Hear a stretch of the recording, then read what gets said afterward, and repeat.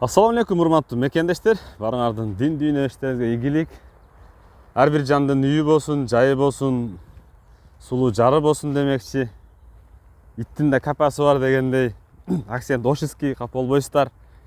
Эмне демекчимин? Могу Ленинградканын боюндагы бир новостройкага келип калдым. Новостройканын названиясы окуганда мен орусча жакшы окуй албайм. Не дейт?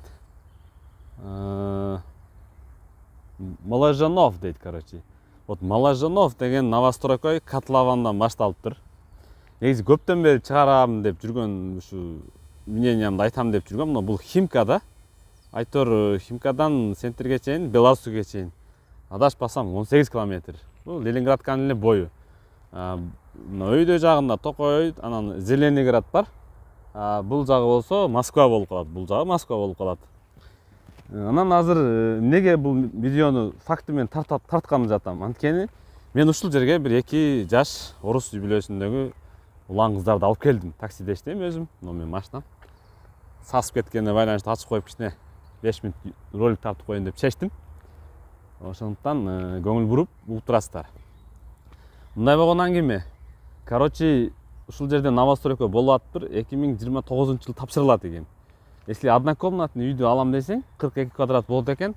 Анын платежу первоначально 35% болгондо 3,5 миллион болот экен. Анан до конца стройкага чейин 9 миллионго барып токтойт экен.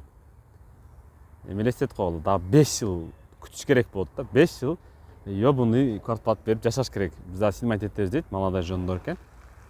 Анан бул жерде маселенин түпкү негизи инең турайын.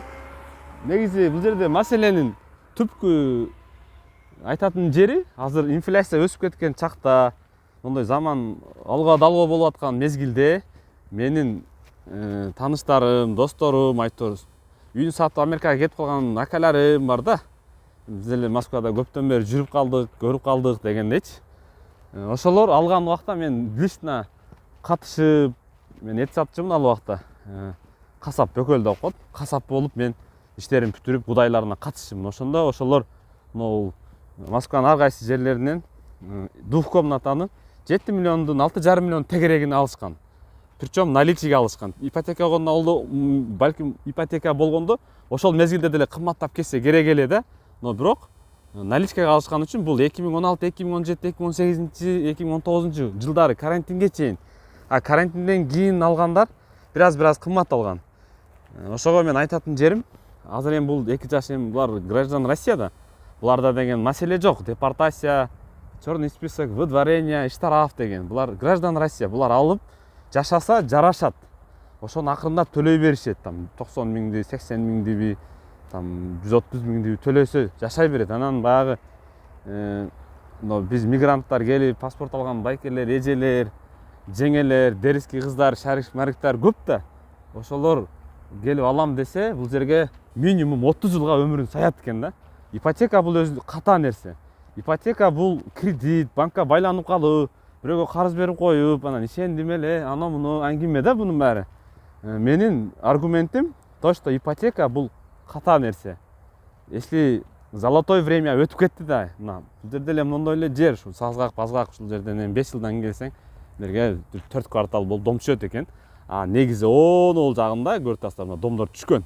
Химка. Мен Химкадан үй алган таанышым жок, бирок Хаваринодан үй алганда деле ошо 12 миллионго токтогон кредити, там платеждорун какой-то эмесин төлөгөндөн кийин коэффициент аз болгон. Азыр коэффициент өсүп кеткен. Ошондуктан азыр мен муну 1,5 час да коем. 1,5 саат сүйлөшүп, обсуждать этип келдик. Охренейший, обалденный, дорого, вот, обалденный, блядь, за 40 квадрат мы должны, блядь, за 26 лет там, бля, платить, муну деген аңгемелерин айтып таштады. Ошого деп анан. Может полезно болуп калар.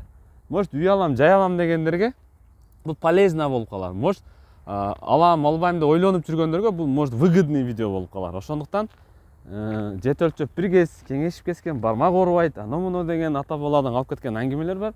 Ошону эске алып, видеого лайк басып, комментарий, ой пикир калтырып, критика кылсаңар критика кылгыла. Ошондой порно көргөндөн тикток карагандан пайда жок. Мындай информацияларды карап жүрсөңүздөр жакшы болмок. Мен неге жүзүм көрсөтпөй атам, анткени менин телефонум Android, iPhone болгондо мындай жүзүм көрсөтүшүм керек эле. Эми буну монтаждап деле салбайм, тартам салам болду. Ошондуктан, урматтуу мекендештер, ойлонуп, жет өлчөп бир кезгиле бул жерде Ленинградканын бою, анан Ленинградка ёбаный пробка жол. А бул жакта Шереметьево жакын. Шереметьево где-то бир канча бир 6 километр болуп калат, нол жагында каптам болуп калат да. Ошондуктан колдоп, класс басып, аргументиңер болсо айткыңыздар. Туурабы, туура эмеспи? Эл таразы эл сынчы дейт. Элдин баласы болуп, ушундай видеолор тартып, машинаны саскычтарды чыгарып бизде иштей алайлы. Салам алейкум.